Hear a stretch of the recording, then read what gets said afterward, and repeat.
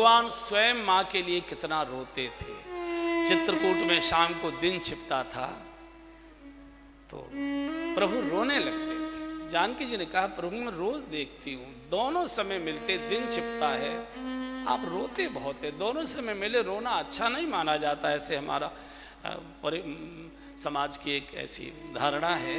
लेकिन आप जैसे ही दोनों समय मिले आप रोने लगते, क्यों रोते, क्या बात है? हमसे कोई सेवा में दोष है या कोई कष्ट आपको, हमको बताइए ना। तो प्रभु रोते रोते बहुत मुश्किल से बोल पाए, माँ याद आती है इस समय। सुमेरे मात जब जब राम अवध सुधि करही, जब जब राम अवध सुधि करही, तब तब भाई बिलोचन भरही, तब तब भाई बिलोचन भरही। सुमिरि मातु पितु परिजन भाई, सुमिरि मातु पितु परिजन भाई, भरत सनेह शील सेवकाई, भरत सनेह शील सेवकाई। सुमेर मात, माँ की याद में रोते हैं और भैया भरत की याद में रोते हैं। बस दिन छुपा, प्रभु ने रोना शुरू किया। क्या बात है प्रभु? बोले आरती का थाल लिए, दीपक जलाए, द्वार पर माँ खड़ी है, राघव आने वाला है, आरती उतार खड़ी रहती है। सेवक सेवकाएं समझाते, माँ वो 14 वर्ष के लिए बाहर गए हैं, अभी नहीं, आप मंदिर में आरती करिए ना रंगनाथ भगवान की। नहीं, राम कह कर गया है मैं वापस आऊंगा, आ रहा है, तुम अपना काम करो। मूर्छित होकर वहीं बैठ जाते, गिर जाती है, होशे नहीं आता। जैसे तैसे सेविकाएं उनको अपने बिस्तर पर ले जाती हैं। फिर दिन शुरू होता है, दिन छिपता है, अपने हाथ से बत्ती बनाती है, थाल सजाती है, दीपक जलाती है और भवन के द्वार पर आकर खड़ी हो जाती है, राम आएगा, आरती उतारे। तो माँ है, माँ तो माँ है। अरे माँ की सेवा से, पिता की सेवा से तो पुंडरीक ने भगवान विट्ठलनाथ को आज तक खड़ा कर रखा है। ये पुंडरीक बहुत बहुत आचरण से गिरा हुआ व्यक्ति था। माँ की, पिता की बहुत बेइज्जती, अपमान बहुत करता था, पत्नी का बहुत परस्त हो गया था। लेकिन माता पिता कुछ बोलते नहीं थे, इकलौता बेटा, चलो जैसा है आंखों के सामने, भैया तुम ठीक रहो, हम तो अपना जैसे तैसे रो रा के अपना सो जाते हैं। एक बार काशी के लिए कुछ यात्री चले थे। महाराष्ट्र के लोगों को काशी दर्शन का एक बहुत ललक रहती है, लालसा रहती है, सबकी इच्छा रहती है एक बार हम लोग काशी दर्शन करें। तो पुंडरीक और अपनी पत्नी को लेकर जिन चलो सा सब लोग जा रहे हैं। बोले बूढ़े माता, अरे तो अपने आप कर लेंगे, कौन अंतर पड़ता है, कोई कर लेगा। पत्नी के कारण से माता पिता बूढ़े थे, अपाहिज थे, छोड़कर चले। पैदल के रास्ते थे। तो मध्य भारत में जब प्रवेश किया, मध्य प्रदेश की उसमें, तो पठारी जंगल, बड़ा भारी रात हो गई थी, जानवरों का भय। तो एक आश्रम सा दिखाई दिया। तो यात्री तो कुछ आगे निकल गए, थोड़े पीछे रह गए, चूँकि पति पत्नी थे, बातें करते आए होंगे, कहीं फल वल खाते खूते, कहीं चाय वाय पीते, देर हो गई, रात हो गई। तो सोचा चलो इसी आश्रम में टिक जाते हैं। उस समय आश्रमों में कोई ऐसी दिक्कत नहीं थी। हमारे वृंदावन में भी एक 20-30 साल पहले कोई भी आके कहीं भी टिक जाता था, किसी को कोई रोक टोक नहीं थी। अब ये थोड़ी दिक्कतें हो गई हैं, सावधानी भी हो गई। तो रुके दोनों पति पत्नी, जो भी फलाहार, जो भी वहाँ का आश्रम का प्रसाद पाए, सो गए। तो ये जगह, इसकी नींद खुली पुंडरीक की रात्रि को करीब 3-3:30 बजे। पानी वानी पीने उठाओ तो देखा 5-7 दिव्य देवियां श्वेत वेश धारण किए, अलौकिक मुखमंडल का तेज और दिव्य स्वरूप लिए, कोई बुहारी लगा रही थी, कोई चौका लगा रही थी, कोई पानी भर कर ला रही थी, कोई पौधों में पानी दे रही थी, कोई गाय का गोबर उठा रही थी, कोई गौशाला में बुहारी लगा रही थी। तो बहुत देर तक ये देखता रहा। धीरे धीरे हिम्मत करके गया, इसने दूर से हाथ जोड़े, मैं बहुत देर से देख रहा हूँ आप ये सब सेवा कर रही हैं, आप कौन हैं? तो एक ने कहा मैं गंगा हूँ, मैं यमुना हूँ, मैं सरस्वती हूँ, मैं नर्मदा हूँ, मैं कावेरी हूँ, आप यहाँ क्यों आती हैं? बोले जो ऋषि है ना, ये ऋषि अपने वृद्ध माता पिता दोनों अपाहिज हैं, उनकी सेवा करते हैं दिन रात, तो ये स्वयं यहाँ कुछ कर नहीं सकते, और हमारा नियम है जो माता पिता को प्रसन्न रखता है उसकी सेवा हम स्वयं करते हैं, चाहे बुहारी लगानी पड़े चाहे कुछ भी। पुंडरीक ने पत्नी को जगाया, स्नान किया, कहा पगली तीर्थ तो घर में रो रहे हैं, तुम काशी का चक्कर काट रही हो। वहीं से लौट आए और लौटते ही पुंडरीक माता पिता की सेवा में इतना डूब गया, वही देवता वही भजन, तुम ही हो माता पिता, तुम ही हो, गा लो एक बार। तुम ही हो माता पिता तुम ही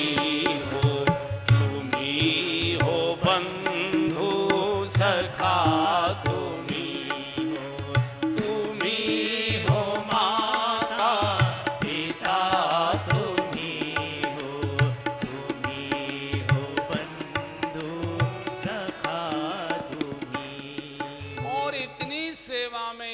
कहती है बेटा क्या हो गया? बोले माँ कुछ नहीं हो गया, पति पत्नी अकेले होते हैं, सोचते हैं आपस में क्या जादू हो गया इसके ऊपर, प्रभु की कैसी कृपा हो गई, ये पुंडरीक है कि भगवान आ गए इसके रूप में कहीं। इतनी सेवा, संयोग ऐसा हुआ उसी समय द्वारिका में रानियों में थोड़ा झगड़ा हो गया। अब इतनी ज्यादा थी, झगड़ा होना स्वाभाविक ही था। तो रुक्मिणी जी रूठकर अपने पीहर आ गई, पीहर भी उनका वहीं था विदर्भ के। तो बहुत दिन हो गए, भगवान कृष्ण भी थोड़े से अनमने से हो गए, तो बोले चलो हम ही मना के ले आते हैं। तो जब माताएं रूठ के मायके में चली जाती है तो किसी और के कहने से नहीं आती, पति को ही आना पड़ता है ऐसा। तो खैर मना के वो ले आए उनको। तो भगवान ने कहा रुक्मिणी जी, और एक भक्त यहाँ रहता है, मुझे लगता है उसकी कृपा से ही आप मनी हैं, ऐसे भक्त का दर्शन करते हैं, चलो आपको भी अच्छा लगे। तो आगे पंढरपुर, उस समय ये मंदिर नहीं था, पुंडरीक की उसके बाद ही ये मंदिर बना है।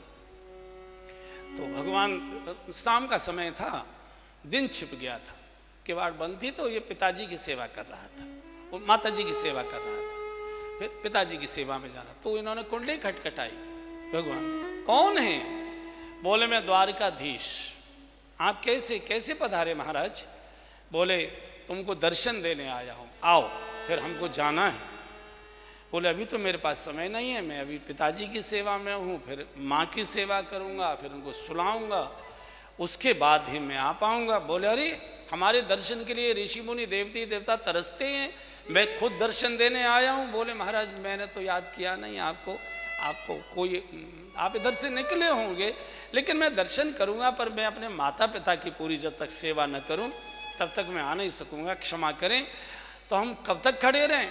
वो तो एक ईंट रखी थी, बड़ी ईंट फेंक दी, बोले तब तक आप इस पर बैठिए और हम आते हैं। ईंट पर भगवान खड़े हुए, इसलिए उनका नाम विट्ठल पड़ा है, उसी से उनका। और आपको आश्चर्य होगा कि न तो पुंडरीक माता पिता की सेवा से उसको छुट्टी मिली और न भगवान को वहां से मुक्ति मिली। तब से लेकर आज तक भगवान ऐसे ही खड़े हुए एक पैर से। ये जिन मात पिता की सेवा की तिन तीर्थ धाम कियो।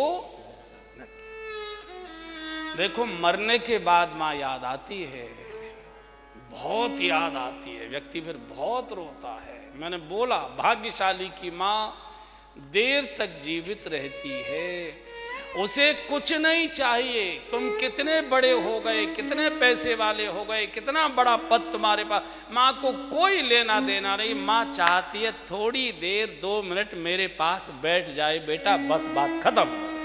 बहुत माँ को संतोष हुआ करता है। मैंने कहा है कि अगर ठाकुर जी की सेवा भी छोड़नी है तो भी छोड़ो, माँ के पास बैठो, सबसे बड़ा ठाकुर वही है। अकबर की जब माँ मरी थी तो लगभग वो 90 वर्ष की थी, अकबर भी लगभग 60 वर्ष के थे। बड़े रोए अकबर, बड़े रोए। संस्कार जब हो गया तो सचिव ने कहा महाराज आप इतना रो रहे थे, माँ तो पूरी आयु लेकर गई हैं और आप जैसा दिव्य पुत्र देकर गई हैं, जगत को आप सम्राट हैं भारत के और सबको जाना होता है, तो सभी का धर्म है।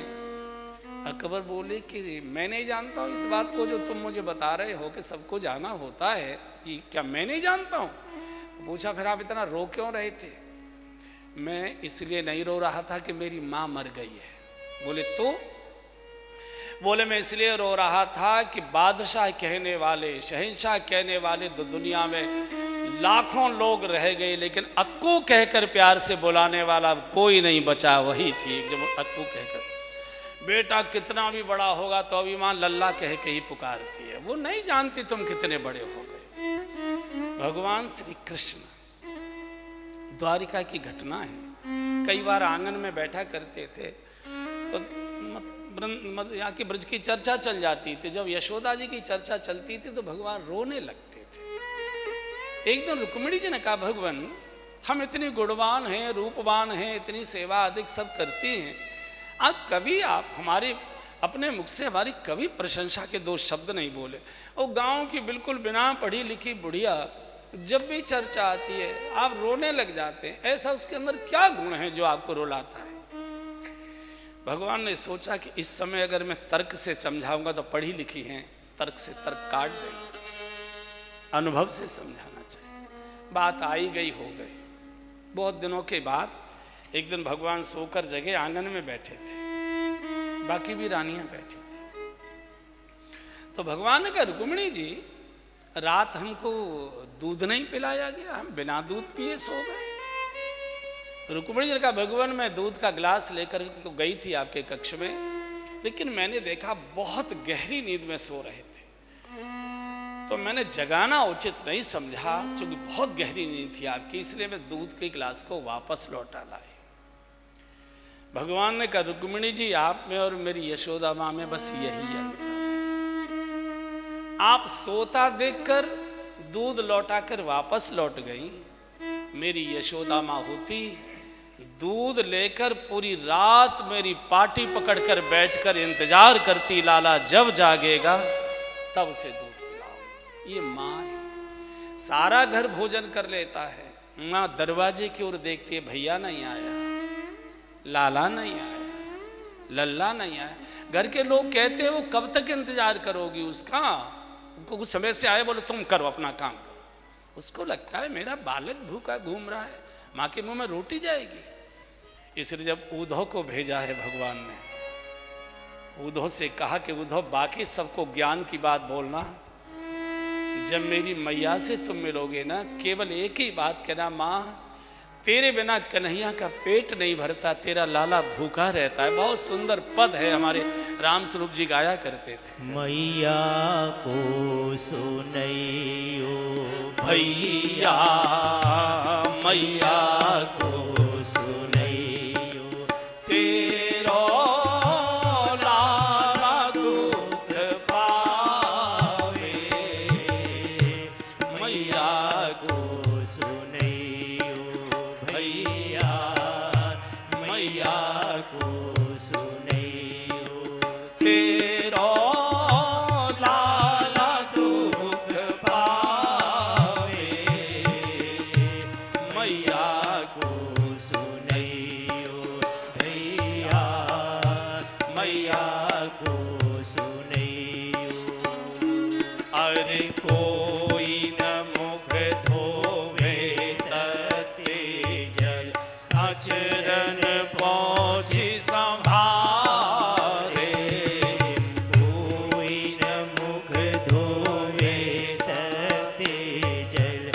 चरण पोछे संभारे, माखन रोटी नाम न जाने, माखन रोटी नाम न जाने, माखन रोटी नाम न जाने, माखन रोटी नाम न जाने, कनुआ कही मोही कोई न बुलावे, मैया को सुनैयो भैया, मैया को सुनैयो, तेरो लाला दुख पावे, मैया को सुनैयो भैया, मैया को सुनैयो। माँ के पर से बिन और भादों के बर से बिन, ये कहावत है ब्रज की। जब तक माँ अपने हाथ से बच्चे को नहीं खिला देती बच्चे का पेट नहीं भरता, और जब तक भादों मास नहीं बरसता धरती की तृप्ति नहीं होती, धरती का पेट नहीं भरता। माँ के पर से बिन और भादों के बर से बिन। चरण पर कितनी भी सुंदर साड़ी पहनी होगी, बच्चे के मुंह में कुछ लग गया दाग हुआ, अपनी साड़ी के पल्ले से मुंह पूछ देती है, उसका तौलिया नहीं ढूंढती, वो कहाँ है तौलिया। चरण पर माँ, मैं दिल्ली में कथा कर रहा था एक बार, ये प्रसंग चला जब मेरा कथा में, एक सज्जन हमको मिलने आए हुए, कहाँ ठहरा था शायद ध्यान नहीं आ रहा है, विवेक विहार की ही कथा थी, पूर्व दिल्ली की कथा थी। तो उन्होंने कहा आज हमने आपकी कथा सुनी, पहली बार हम कथा में आए तो अच्छा लगा हमको। अब ये तो स्वाभाविक है, कहना ही पड़ता है। बोले आज ये जो प्रसंग सुनाया आपने माँ का, बहुत अच्छा लगा मुझे। मेरी माँ अभी जिंदी है, लेकिन हम भी नाती पोते वाले हो गए, मेरे भी बच्चे बड़े, उनके भी बच्चे हो गए। माँ हमारी बहुत बूढ़ी है, पिताजी तो नहीं रहे। तो मैंने तो बोला था कि भाग्यशाली की माँ देर तक जीवित रहती है। तो अच्छा, बेटा पिता से कुछ अपने मन की बात नहीं कहता, माँ के पास बैठकर मन सारा खोल देता है, तो हल्का हो जाता माँ के पास बैठकर। तो हम आज सुनकर हमको लगा कि हमने वैसे माँ के लिए पूरी व्यवस्था की है, दिन की नर्स है, शाम की नर्स है, रोज चादर बदली जाती है, गरम जैसा उनको उपयुक्त भोजन, चाय, जलपान सब बहुत अच्छा चल रहा है, व्यवस्था बिल्कुल बहुत अच्छी है। लेकिन आज सुनकर हमको संतोष नहीं हो रहा है कि हम तो कुछ नहीं कर रहे। हम, आपने कहा आपने कुछ आप भी करिए, तो ऐसा बताइए कि हम कर सकें। व्यस्त भी हम रहते हैं, उम्र भी हमारी बड़ी है, लेकिन हमको संतोष हो जाए कि हमने अपनी माँ की कोई सेवा की। तो मैंने पूछा कि आप फैक्ट्री से कितने बजे आते हैं? बोले वही 8 साढ़े 8 बजे आ जाते हैं। ठीक है, आके फिर चाय वगैरह लेते हैं? बोलो थोड़ा चाय पी के फ्रेश होते हैं, फिर बच्चों के साथ बैठते हैं, भोजन आदि करके फिर सोते। हमने कही कि आप जब अपनी फैक्ट्री से लौटे, गाड़ी खड़ी की, कहीं अंदर मत जाइए, जिस कमरे में माँ का बिस्तर लगा है, जिसमें माँ है, सीधे उसमें जाइए। सामने के सोफे पर मत बैठो, कुर्सी पड़ी है माँ के सामने, उस पर मत बैठो। माँ जिस चारपाई पर पलंग पर लेटी है उसके पास बैठो, पाटी पर, उसके बिस्तर पर, और उसको स्पर्श करो और प्यार से धीरे से बोलो, अम्मा कैसे हो, तबीयत कैसी है, कुछ चाय वगैरह ली कि नहीं ली। और अगर आपको चाय पीने की है शाम को लौटकर, तो वही चाय मंगाओ, मेरी चाय यही ले आओ, थोड़ी अम्मा की भी ले आना। उसकी चारपाई पर बैठकर चाय पी लो, उसको धीरे से कंधा छूकर पूछ लो, अम्मा कैसी हो। बूढ़ी माँ के स्तनों में उसी समय दूध आ जाएगा, माँ की आंखों से आंसू आएंगे, मेरा बेटा मेरे ही पास है, मेरा बेटा पराया नहीं हुआ है। माँ को ये संतोष होना चाहिए कि मेरा बेटा मेरा है, बस। इसमें तो करने में कोई मुश्किल नहीं है। आप कुत्तों को खिला रहे हो, आप बच्चों से ले ले, करो, कोई दिक्कत नहीं। माँ बेचारी देख रही है, उसकी ओर तुम देखने को भी राजी नहीं हो। जिसने कैसे कैसे कहाँ कहाँ लिए घूमी होगी, ये जा कौन सी जात करा के वैष्णो देवी ले जाके जहर पीर के यहाँ माथा टिकवा के इस महात्मा का गंडा बंधवा के यहाँ ये टोटका करके ये नाटक कर कैसे कैसे तुमको उसने बचाकर गोद में पाल पाल कर नजरें उतार उतार कर इतना बड़ा किया और तुम उसे देखने को तैयार नहीं।